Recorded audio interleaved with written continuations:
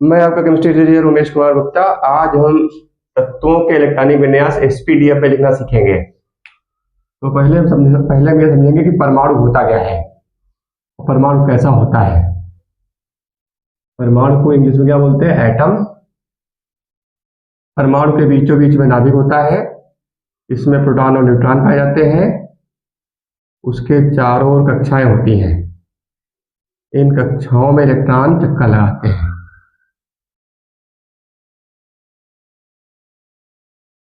इनको के L M N से शो करते हैं।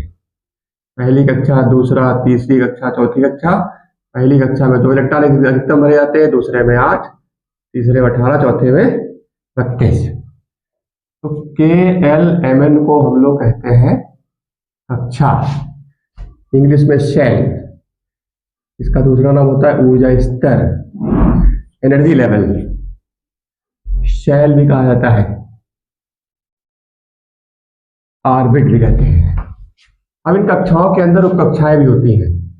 पहली कक्षा में एक उपकक्षा होता है, दूसरे में 2, तीसरे में 3, चौथे में 4। इनके नाम रखे गए एस, ये एस पी, ये एस पी डी और ये एस पी डी एफ। तो ये एस पहले कोष का है तो उसको 1s कहा गया। ये दूसरे कोष के तो 2s 2p, तीसरे कोष के तो 3s 3p 3d, चौथे कोष के तो 4s 4p 4d 4f। और ये एसपीडीएफ क्या होते हैं? तो एसपीडीएफ को हम कहते हैं उपकोष, कोष के अंदर पाए जाते हैं। सब सेल। और एक नाम और है उप ऊर्जा स्तर, सब एनर्जी लेवल। तो जैसे कि इलेक्ट्रॉन पहले के भरते हैं, फिर एल में, फिर एम में, उसी तरीके से इलेक्ट्रॉन पहले 1s में, फिर 2s में, फिर 2p 3s 3p। यानी इलेक्ट्रॉन्स को पहले हमको किसमें फिलअप करना है? पहले 1s में, उसके बाद 2s में, 2p में, 3s 3p 4s और 3d। 3d के बाद 4p। इस टाइप से इलेक्ट्रॉन की फिलिंग होगी। और s में मैक्सिमम इलेक्ट्रॉन रहेंगे 2, p में अधिकतम इलेक्ट्रॉन 6, d में अधिकतम इलेक्ट्रॉन 10 भरते हैं और f में अधिकतम इलेक्ट्रॉन 14 भरे जाते हैं। विस्तृत और वीडियो मैंने इसका बना रखा है, आप बहुत नियम करते हैं तो वो आप यूट्यूब पे देख सकते हैं। तो मैं फिलहाल हाइड्रोजन परमाणु का इलेक्ट्रॉनिक विन्यास लिखूंगा। तो इसका विन्यास क्या हो जाएगा? 1s1, क्योंकि इलेक्ट्रॉन को पहले 1s में भरना होता है, फिर 2s में, फिर 2p में, 3s। This is the order in which you have to fill the electron. Helium 2, 1s2, lithium 3। इसका वेरिफिकेशन हो जाएगा 1s2 2s1। इसके बाद इलेक्ट्रॉन आपको इसमें डालना है, beryllium 4, 1s2 2s2, boron 5, 1s2 2s2 2p1। यानी इसके बाद इसमें, फिर उसके बाद इलेक्ट्रॉन इसमें आएगा। s में 2 से ज्यादा इलेक्ट्रॉन नहीं भरेंगे, 2 होने के बाद इलेक्ट्रॉन 2p में जाएगा। और p में कितने तक भरते हैं? 6 तक। कार्बन का विन्यास 1s2 2s2 2p6 2p2 हो जाएगा। नाइट्रोजन 7, 1s2 2s2 2p3 हो जाएगा। ऑक्सीजन 8, 1s2 2s2 2p4 हो जाएगा। क्लोरीन 9, 1s2 2s2 2p5 हो जाएगा।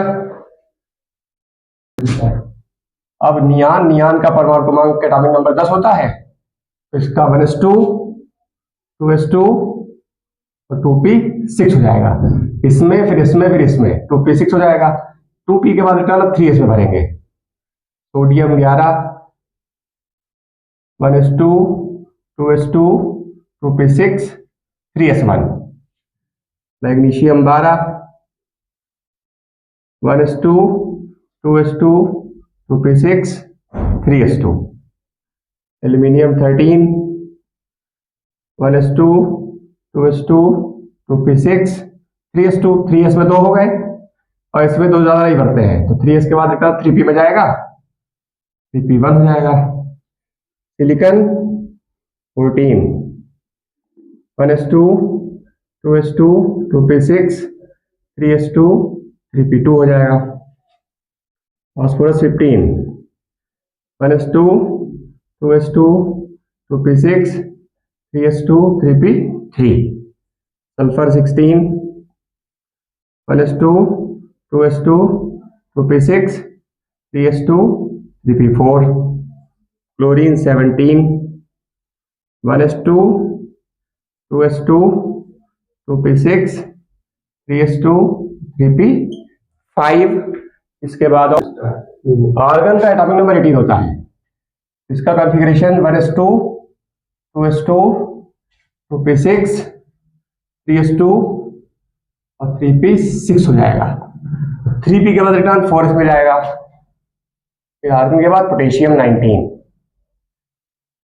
1s2 2s2 2p6 3s2 3p6 और 3p के बाद 4s1। Calcium 20 1s2 2s2 2p6 3s2 3p6 4s2। Scandium 21 1s2 2s2 2p6 3s2 3p6 4s2 3d1।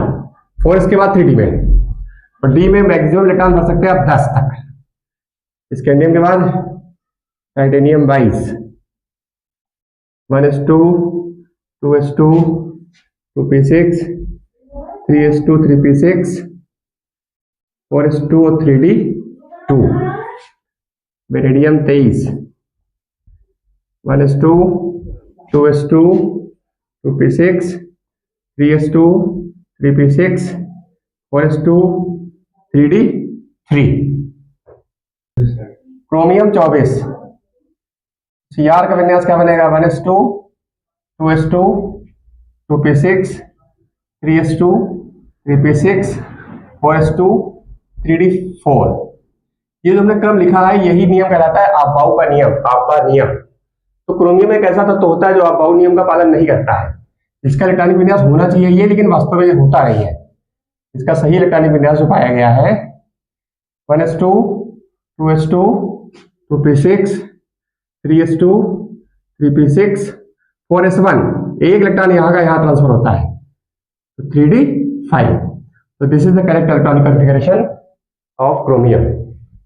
Manganese 25 1s2 2s2 2p6 3s2 3p6 4s2 3d5।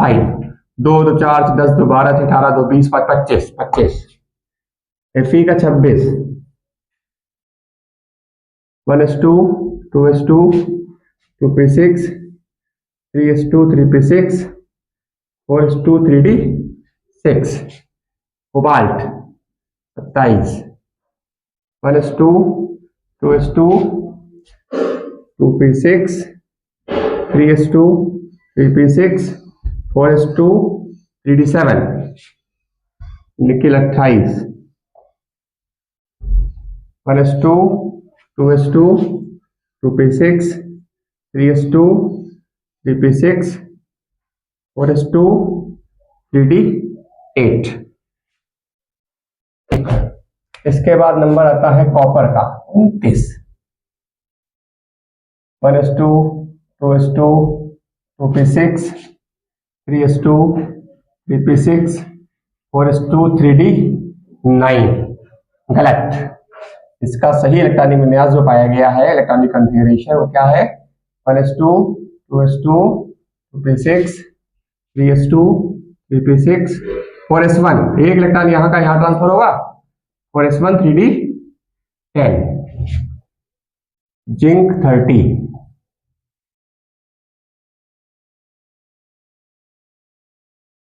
1s2 2s2 2p6 3s2 3p6 4s2 3d10।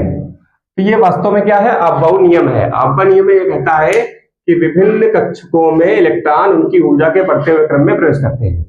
तो 1 से ज्यादा ऊर्जा 2s की होती है, 2 से ज्यादा 2p होती है, 3s की 3p। इस तरीके से इलेक्ट्रॉन कम ऊर्जा के बाद अधिक ऊर्जा के ऑर्बिटल में प्रवेश करता है। तो ये हमने इलेक्ट्रॉनिक विन्यास जो लिखे वो आपबाउ नियम से लिखे हैं। और इसमें दो तत्व 30 तक 1 से लेकर 30 तक दो तत्व क्रोमियम 24 और कॉपर 29 आप बाउ के नियम का पालन नहीं करते हैं, इनमें एक इलेक्ट्रॉन 4s का 3d में ट्रांसफर होता है, तो इसका करेक्ट ऑप्शन, करेक्ट जो कॉन्फ़िगरेशन होता है वो 4s1 और 3d10, और क्रोमियम में 4s1 3d5 हो जाता है। ओके।